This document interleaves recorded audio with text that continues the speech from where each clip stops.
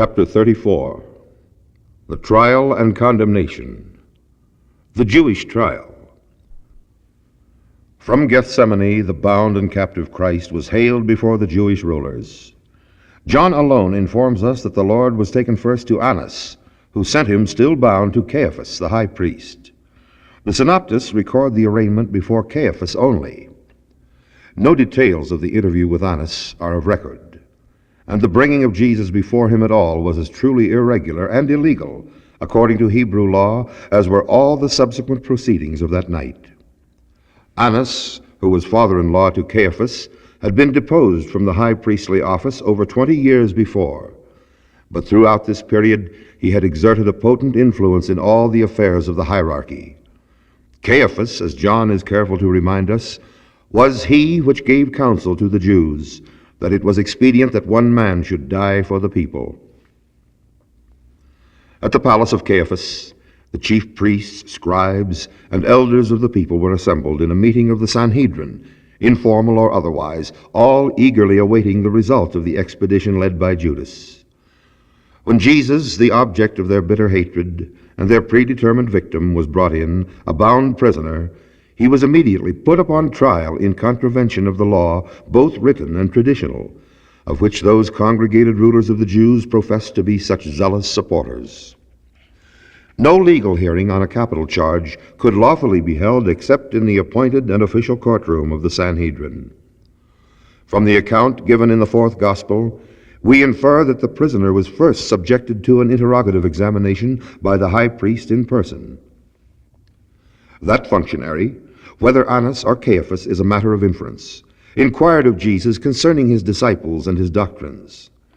Such a preliminary inquiry was utterly unlawful, for the Hebrew code provided that the accusing witnesses in any cause before the court should define their charge against the accused, and that the latter should be protected from any effort to make him testify against himself. The Lord's reply should have been a sufficient protest to the high priest against further illegal procedure. Jesus answered him, "I spake openly to the world. I ever taught in the synagogue and in the temple, whither the Jews always resort, and in secret have I said nothing. Why askest thou me? Ask them which heard me, what I have said unto them. Behold, they know what I said." This was a lawful objection against denying to a prisoner on trial his right to be confronted by his accusers. It was received with open disdain. And one of the officers who stood by, hoping perhaps to curry favor with his superiors, actually struck Jesus a vicious blow, accompanied by the question, "Answerest thou the high priest so?"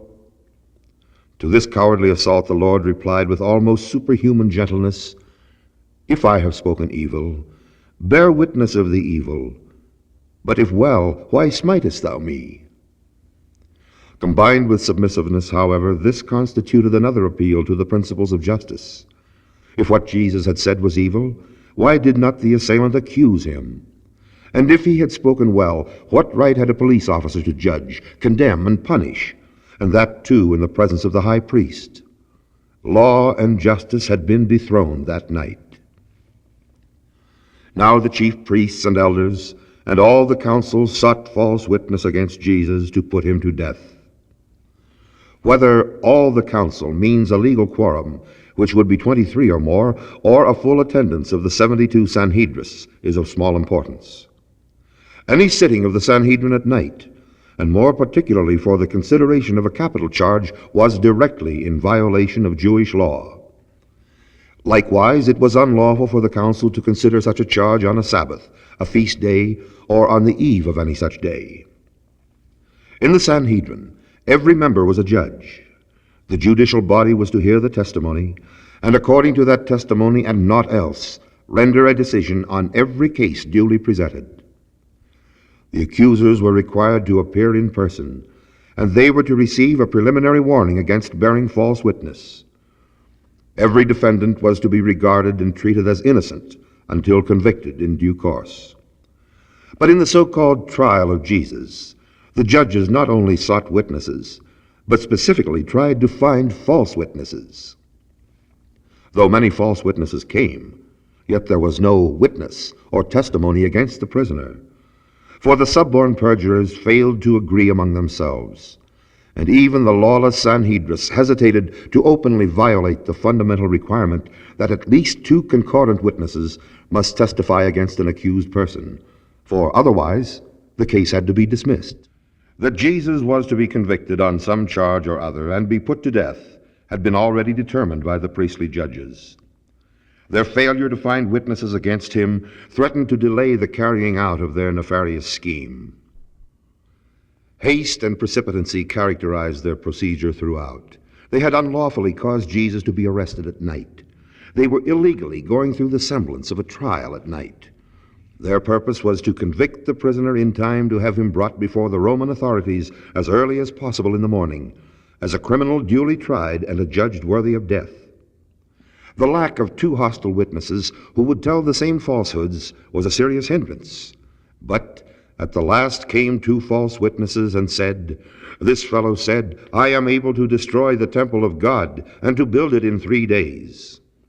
Others, however, testified, "We heard him say, I will destroy this temple that is made with hands, and within 3 days I will build another made without hands." And so, as Mark observes, even in this particular, their witness or testimony did not agree. Surely in a case at bar, such discrepancy as appears between "I am able to" and "I will" as alleged utterances of the accused is of vital importance. Yet this semblance of formal accusation was the sole basis of a charge against Christ up to this stage of the trial.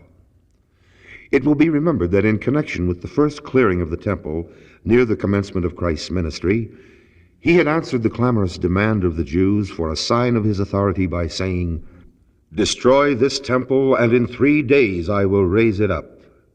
He spoke not at all of himself as the one who would destroy. The Jews were to be the destroyers, he the restorer. But the inspired writer is particular to explain that Jesus spake of the temple of his body, and not at all of those buildings reared by man. One may reasonably inquire as to what serious import could be attached to even such a declaration as the perjured witnesses claimed to have heard from the lips of Christ. The veneration with which the Jews professed to regard the holy house, however wantonly they profaned its precincts, offers a partial but insufficient answer. The plan of the conspiring rulers appears to have been that of convicting Christ on a charge of sedition, making him out to be a dangerous disturber of the nation's peace, an assailant of established institutions, and consequently an inciter of opposition against the vassal autonomy of the Jewish nation and the supreme dominion of Rome. The vaguely defined shadow of legal accusation produced by the dark and inconsistent testimony of the false witnesses was enough to embolden the iniquitous court. Caiaphas, rising from his seat to give dramatic emphasis to his question, demanded of Jesus, "Answerest thou nothing? What is it which these witness against thee?" There was nothing to answer. No consistent or valid testimony had been presented against him. Therefore he stood in dignified silence. Then Caiaphas, in violation of the legal proscription against requiring any person to testify in his own case except voluntarily and on his own initiative, not only demanded an answer from the prisoner, but exercised the potent prerogative of the high priestly office to put the accused under oath as a witness before the sacerdotal court. And the high priest answered and said unto him, "I adjure thee by the living God, that thou tell us whether thou be the Christ, the Son of God." The fact of a distinct specification of the Christ and the Son of God is significant, in that it implies the Jewish expectation of a Messiah, but does not acknowledge that he was to be distinctively of divine origin. Nothing that had gone before can be construed as a proper foundation for this inquiry. The charge of sedition was about to be superseded by one of greater enormity, that of blasphemy. To the utterly unjust yet official adjuration of the high priest, Jesus answered, "Thou hast said. Nevertheless I say unto you, hereafter shall ye see the Son of Man sitting on the right hand of power, and coming in the clouds of heaven." This expression, "thou hast said," was equivalent to "I am what thou hast said." It was an unqualified avowal of divine parentage and inherent godship. Then the high priest rent his clothes, saying, "He hath spoken blasphemy. What further need have we of witnesses? Behold, now ye have heard his blasphemy. What think ye?" They answered and said, "He is guilty of death." Thus the judges in Israel, comprising the high priest, the chief priests, the scribes and elders of the people, the great Sanhedrin, unlawfully assembled, decreed that the Son of God was deserving of death on no evidence save that of his own acknowledgment. By express provision, the Jewish code forbade the conviction, specifically on a capital charge, of any person on his own confession, unless that was amply supported by the testimony of trustworthy witnesses. As in the Garden of Gethsemane, Jesus had voluntarily surrendered himself, so before the judges did he personally and voluntarily furnish the evidence upon which they unrighteously declared him deserving of death. There could be no crime in the claim of messiahship or divine sonship, except that claim was false.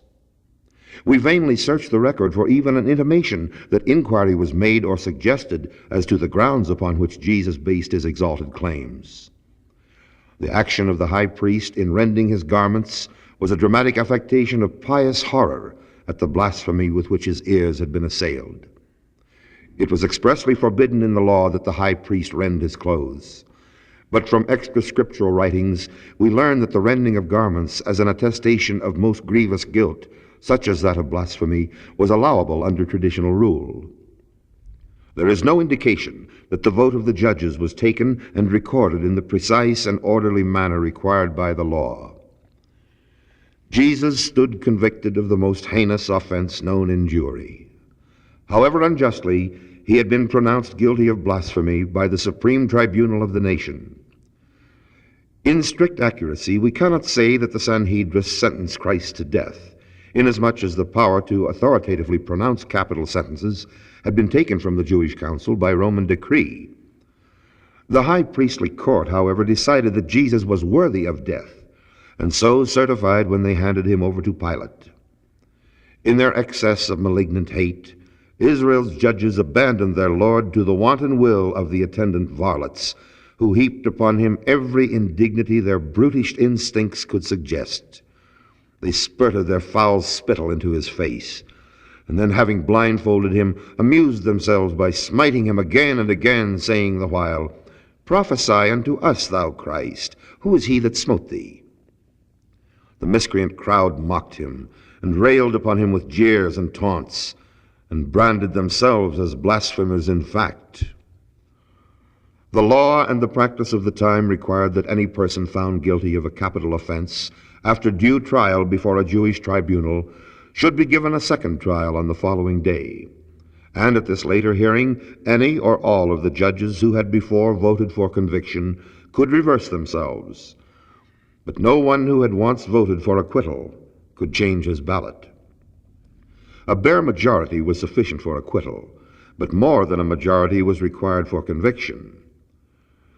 By a provision that must appear to us most unusual, if all the judges voted for conviction on a capital charge, the verdict was not to stand, and the accused had to be set at liberty. For, it was argued, a unanimous vote against a prisoner indicated that he had had no friend or defender in court, and that the judges might have been in conspiracy against him. Under this rule of Hebrew jurisprudence, the verdict against Jesus, rendered at the illegal night session of the Sanhedrin, was void, for we are specifically told that they all condemned him to be guilty of death. Apparently for the purpose of establishing a shadowy pretext of legality in their procedure, the Sanhedrin adjourned to meet again in early daylight. Thus they technically complied with the requirement that on every case in which the death sentence had been decreed, the court should hear and judge a second time in a later session. But they completely ignored the equally mandatory provision that the second trial must be conducted on the day following that of the first hearing. Between the two sittings on consecutive days, the judges were required to fast and pray, and to give the case on trial calm and earnest consideration.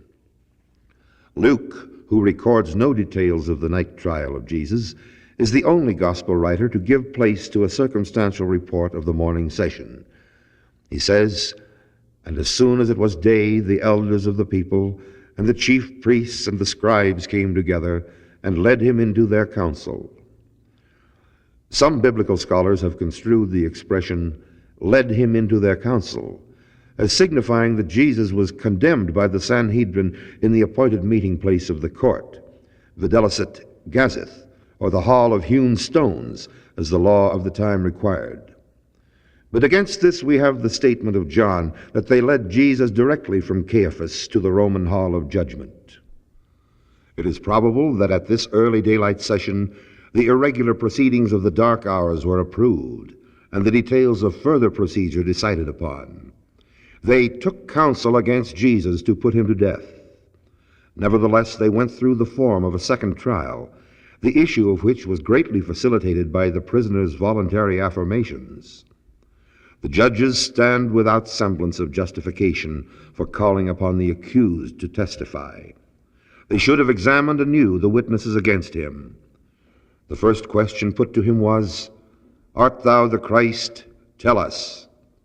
The Lord made dignified reply, "If I tell you, ye will not believe, and if I also ask you, ye will not answer me, nor let me go.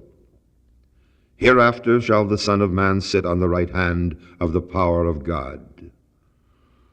Neither did the question imply, nor the answer furnish cause for condemnation. The whole nation was looking for the Messiah, and if Jesus claimed to be he, the only proper judicial action would be that of inquiring into the merit of the claim. The crucial question followed immediately, "Art thou then the Son of God?" And he said unto them, "Ye say that I am." And they said, "What need we any further witness?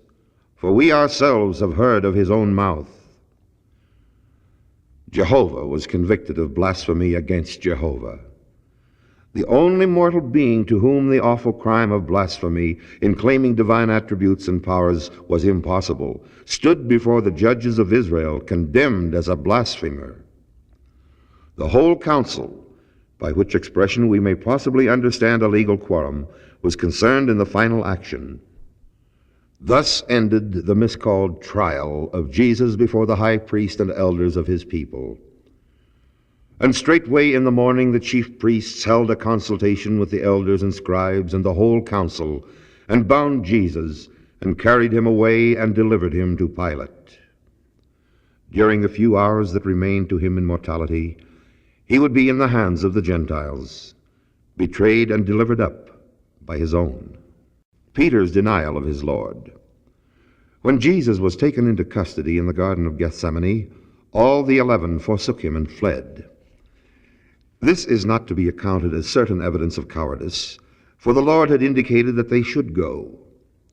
Peter and at least one other disciple followed afar off, and after the armed guard had entered the palace of the high priest with their prisoner, Peter went in and sat with the servants to see the end. He was assisted in securing admittance by the unnamed disciple, who was on terms of acquaintanceship with the high priest.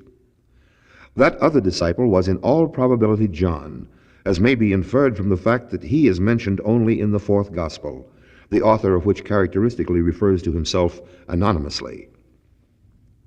While Jesus was before the Sanhedrin, Peter remained below with the servants. The attendant at the door was a young woman. Her feminine suspicions had been aroused when she admitted Peter, and as he sat with a crowd in the palace court, she came up, and having intently observed him, said, "Thou also wast with Jesus of Galilee." But Peter denied, averring he did not know Jesus. Peter was restless. His conscience and the fear of identification as one of the Lord's disciples troubled him. He left the crowd and sought partial seclusion in the porch. But there another maid spied him out and said to those nearby, "This fellow was also with Jesus of Nazareth." To which accusation Peter replied with an oath, "I do not know the man." The April night was chilly, and an open fire had been made in the hall or court of the palace. Peter sat with others at the fire, thinking, perhaps, that brazen openness was better than skulking caution as a possible safeguard against detection. About an hour after his former denials, Some of the men around the fire charged him with being a disciple of Jesus, and referred to his Galilean dialect as evidence that he was at least a fellow countryman with the high priest's prisoner. But most threatening of all, a kinsman of Malchus, whose ear Peter had slashed with the sword, asked peremptorily, "Did not I see thee in the garden with him?" Then Peter went so far in the course of falsehood upon which he had entered as to curse and swear, and to vehemently declare for the third time, "I know not the man." As the last profane falsehood left his lips, the clear note of a crowing cock broke upon his ears, and the remembrance of his Lord's prediction welled up in his mind. Trembling in wretched realization of his perfidious cowardice, he turned from the crowd and met the gaze of the suffering Christ, who from the midst of the insolent mob looked into the face of his boastful yet loving but weak apostle. Hastening from the palace, Peter went out into the night, weeping bitterly. As his later life attests, his tears were those of real contrition and true repentance. Christ's first appearance before Pilate. As we have already learned, no Jewish tribunal had authority to inflict the death penalty. Imperial Rome had reserved this prerogative as her own. The united acclaim of the Sanhedrists that Jesus was deserving of death would be ineffective until sanctioned by the emperor's deputy, who at that time was Pontius Pilate, the governor, or more properly procurator of Judea, Samaria, and Idumea. Pilate maintained his official residence at Caesarea on the Mediterranean shore, but it was his custom to be present in Jerusalem at the times of the great Hebrew feasts, probably in the interest of preserving order, or of promptly quelling any disturbance amongst the vast and heterogeneous multitudes by which the city was thronged on these festive occasions. The governor with his attendants was in Jerusalem at this momentous Passover season. Early on Friday morning, the whole council, that is to say, the Sanhedrin, led Jesus bound to the judgment hall of Pontius Pilate. But with strict scrupulosity, they refrained from entering the hall lest they become defiled, for the judgment chamber was part of the house of a Gentile, and somewhere therein might be leavened bread, even to be near which would render them ceremonially unclean. Let every one designate for himself the character of men afraid of the mere proximity of leaven, while thirsting for innocent blood. In deference to their scruples, Pilate came out from the palace, and as they delivered up to him their prisoner, asked, "What accusation bring ye against this man?"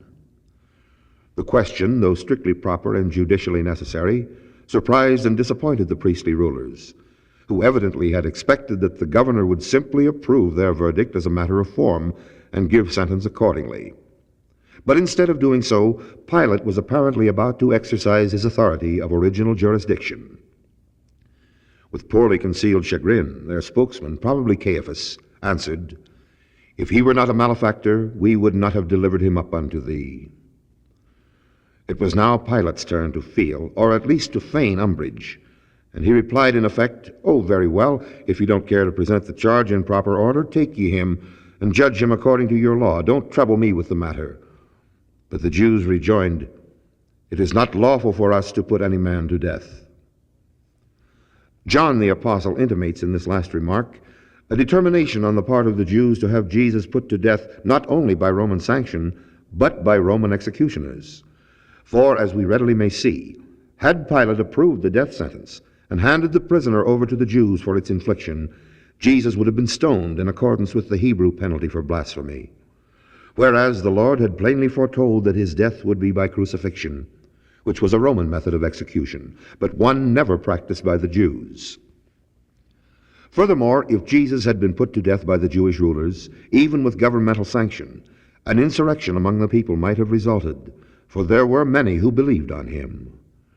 The crafty hierarchs were determined to bring about his death under Roman condemnation. And they began to accuse him, saying, "We found this fellow perverting the nation, and forbidding to give tribute to Caesar, saying that he himself is Christ, a king." It is important to note that no accusation of blasphemy was made to Pilate. Had such been presented, the governor, thoroughly pagan in heart and mind, would probably have dismissed the charge as utterly unworthy of a hearing.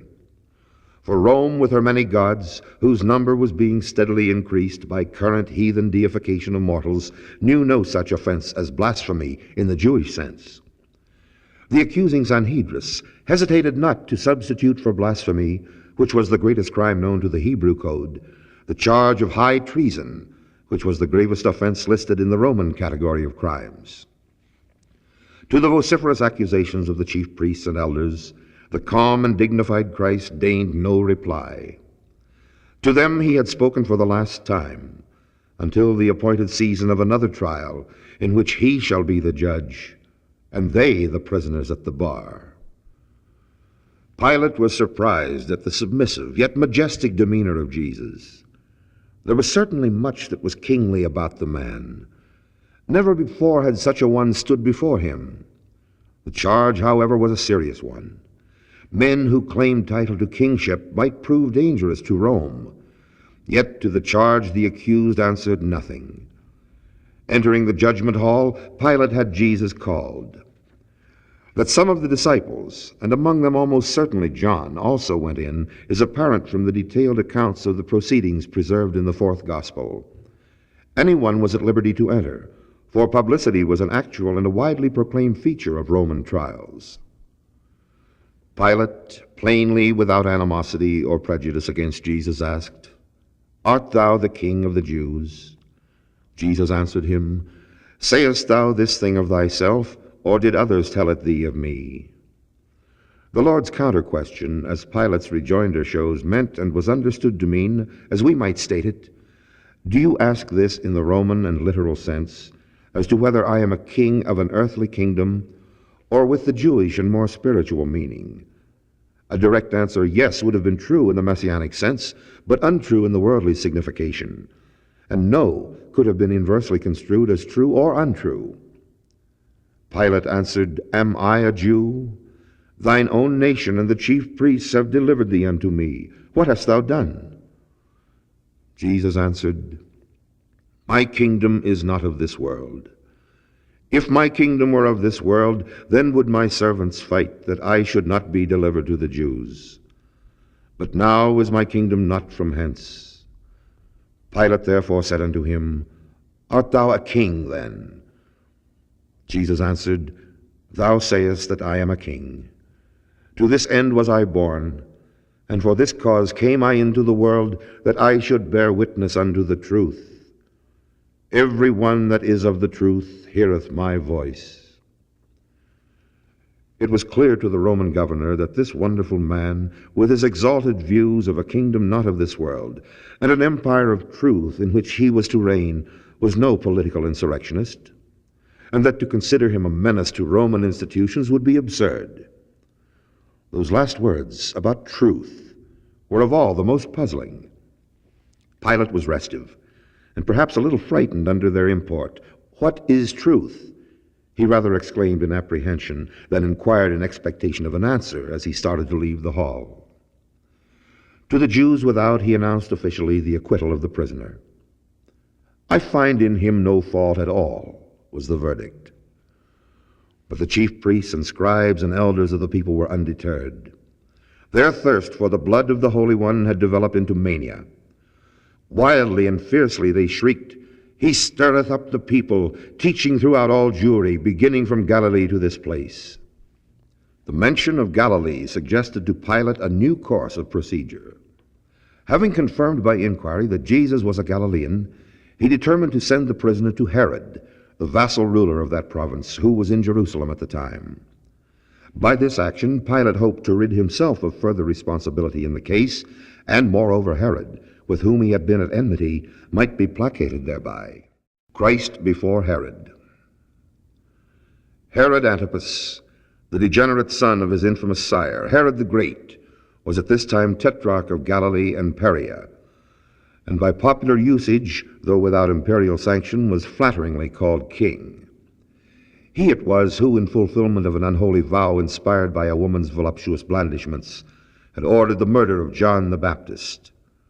He ruled as a Roman vassal, and professed to be orthodox in the observances of Judaism. He had come up to Jerusalem in state to keep the feast of the Passover. Herod was pleased to have Jesus sent to him by Pilate, for not only was the action a gracious one on the part of the procurator, constituting, as after events proved, a preliminary to reconciliation between the two rulers, but it was a means of gratifying Herod's curiosity to see Jesus, of whom he had heard so much, whose fame had terrified him, and by whom he now hoped to see some interesting miracle wrought. Whatever fear Herod had once felt regarding Jesus, whom he had superstitiously thought to be the reincarnation of his murdered victim, John the Baptist, was replaced by amused interest when he saw the far-famed prophet of Galilee in bonds before him, attended by a Roman guard and accompanied by ecclesiastical officials. Herod began to question the prisoner, but Jesus remained silent. The chief priests and scribes vehemently voiced their accusations, but not a word was uttered by the Lord. Herod is the only character in history to whom Jesus is known to have applied a personal epithet of contempt. "Go ye and tell that fox," he once said to certain Pharisees who had come to him with the story that Herod intended to kill him. As far as we know, Herod is further distinguished as the only being who saw Christ face to face and spoke to him, yet never heard his voice. For penitent sinners, weeping women, prattling children, for the scribes, the Pharisees, the Sadducees, the rabbis, for the perjured high priest and his obsequious and insolent underling, and for Pilate the pagan, Christ had words of comfort or instruction, of warning or rebuke, of protest or denunciation. Yet for Herod the fox he had but disdainful and kingly silence. Thoroughly piqued, Herod turned from insulting questions to acts of malignant derision. He and his men-at-arms made sport of the suffering Christ, set him at naught, and mocked him. Then, in travesty, they arrayed him in a gorgeous robe and sent him again to Pilate. Herod had found nothing in Jesus to warrant condemnation. Christ again before Pilate. The Roman procurator, finding that he could not evade further consideration of the case, called together the chief priests and the rulers and the people, and said unto them, Ye have brought this man unto me as one that perverteth the people. And behold, I, having examined him before you, have found no fault in this man touching those things whereof ye accuse him. No, nor yet Herod, for I sent you to him. And lo, nothing worthy of death is done unto him. I will therefore chastise him and release him. Pilate's desire to save Jesus from death was just and genuine. His intention of scourging the prisoner, whose innocence he had affirmed and reaffirmed, was an infamous concession to Jewish prejudice.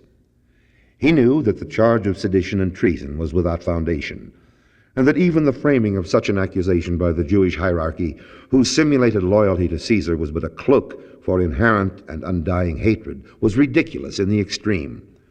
And he fully realized that the priestly rulers had delivered Jesus into his hands because of envy and malice. It was the custom for the governor at the Passover season to pardon and release any one condemned prisoner whom the people might name.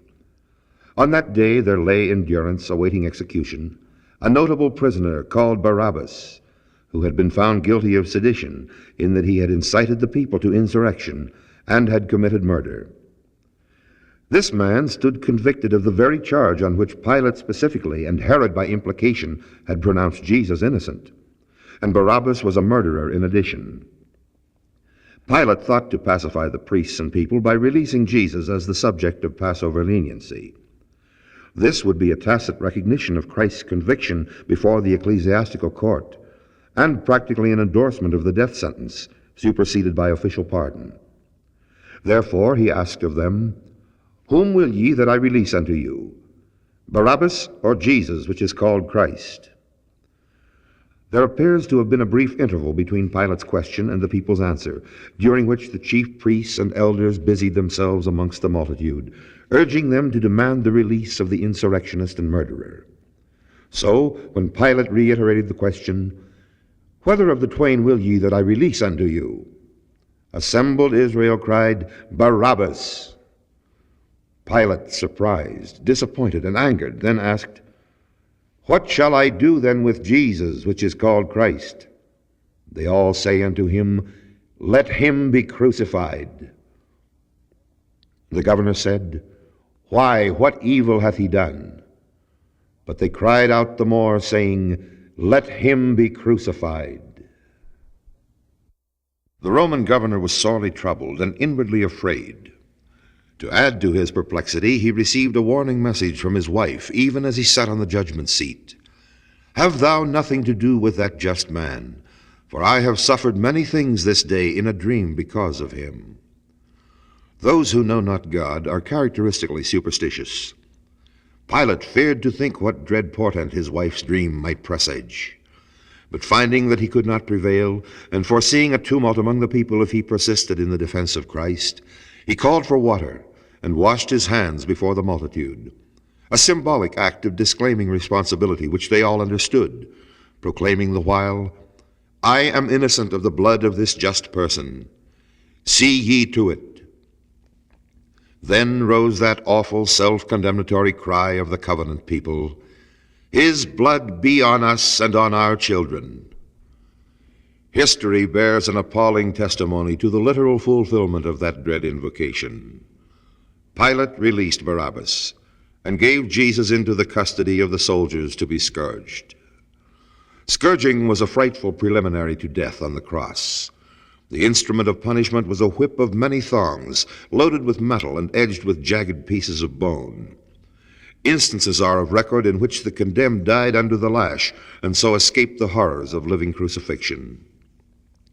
In accordance with the brutal customs of the time, Jesus, weak and bleeding from the fearful scourging he had undergone, was given over to the half-savage soldiers for their amusement. He was no ordinary victim. So the whole band came together in the praetorium, or great hall of the palace, to take place in the diabolical sport. They stripped Jesus of his outer raiment, and placed upon him a purple robe. Then, with a sense of fiendish realism, they plaited a crown of thorns and placed it above the sufferer's brows. A reed was put into his right hand as a royal scepter, and as they bowed in a mockery of homage, they saluted him with, "Hail, King of the Jews!" Snatching away the reed or rod, they brutally smote him with it upon the head, driving the cruel thorns into his quivering flesh. They slapped him with their hands and spat upon him in vile and vicious abandonment. Pilate had probably been a silent observer of this barbarous scene. He stopped it and determined to make another attempt to touch the springs of Jewish pity, if such existed. He went outside, and to the multitude said, "Behold, I bring him forth to you, that ye may know that I find no fault in him." This was the governor's third definite proclamation of the prisoner's innocence. Then came Jesus forth, wearing the crown of thorns and the purple robe. And Pilate saith unto them, "Behold the man." Pilate seems to have counted on the pitiful sight of the scourged and bleeding Christ to soften the hearts of the maddened Jews. But the effect failed. Think of the awful fact: a heathen, a pagan who knew not God, pleading with the priests and people of Israel for the life of their Lord and King. When, unmoved by the sight, the chief priests and officers cried with increasing vindictiveness, "Crucify him! Crucify him!" Pilate pronounced the fatal sentence, "Take ye him and crucify him," but added with bitter emphasis, "I find no fault in him." It will be remembered that the only charge preferred against Christ before the Roman governor was that of sedition. The Jewish persecutors had carefully avoided even the mention of blasphemy, which was the offense for which they had adjudged Jesus worthy of death. Now that sentence of crucifixion had been extorted from Pilate, they brazenly attempted to make it appear that the governor's mandate was but a ratification of their own decree of death. Therefore they said, "We have a law, and by our law he ought to die, because he made himself the Son of God." What did it mean? What awe-inspiring title, Son of God, struck yet deeper into Pilate's troubled conscience? Once more he took Jesus into the judgment hall, and in trepidation asked, "Whence art thou?" The inquiry was as to whether Jesus was human or superhuman. A direct avowal of the Lord's divinity would have frightened, but could not have enlightened the heathen ruler. Therefore Jesus gave no answer. Pilate was further surprised, and perhaps somewhat offended at this seeming disregard of his authority.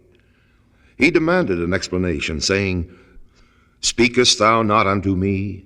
Knowest thou not that I have power to crucify thee, and have power to release thee?" Then Jesus replied, "Thou couldst have no power at all against me, except it were given thee from above. Therefore he that delivered me unto thee hath the greater sin." The positions were reversed.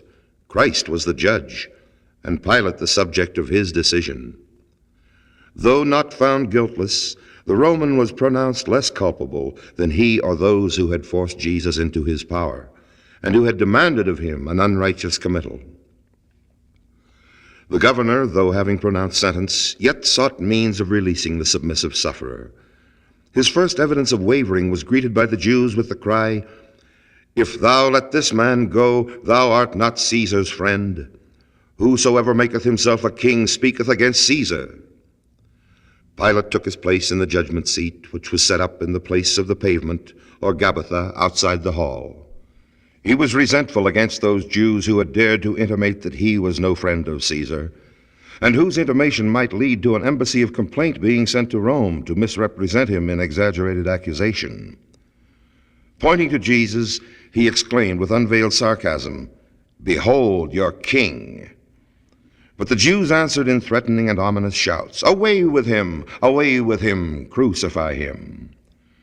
In stinging reminder of their national subjugation, Pilate asked with yet more cutting irony, "Shall I crucify your king?"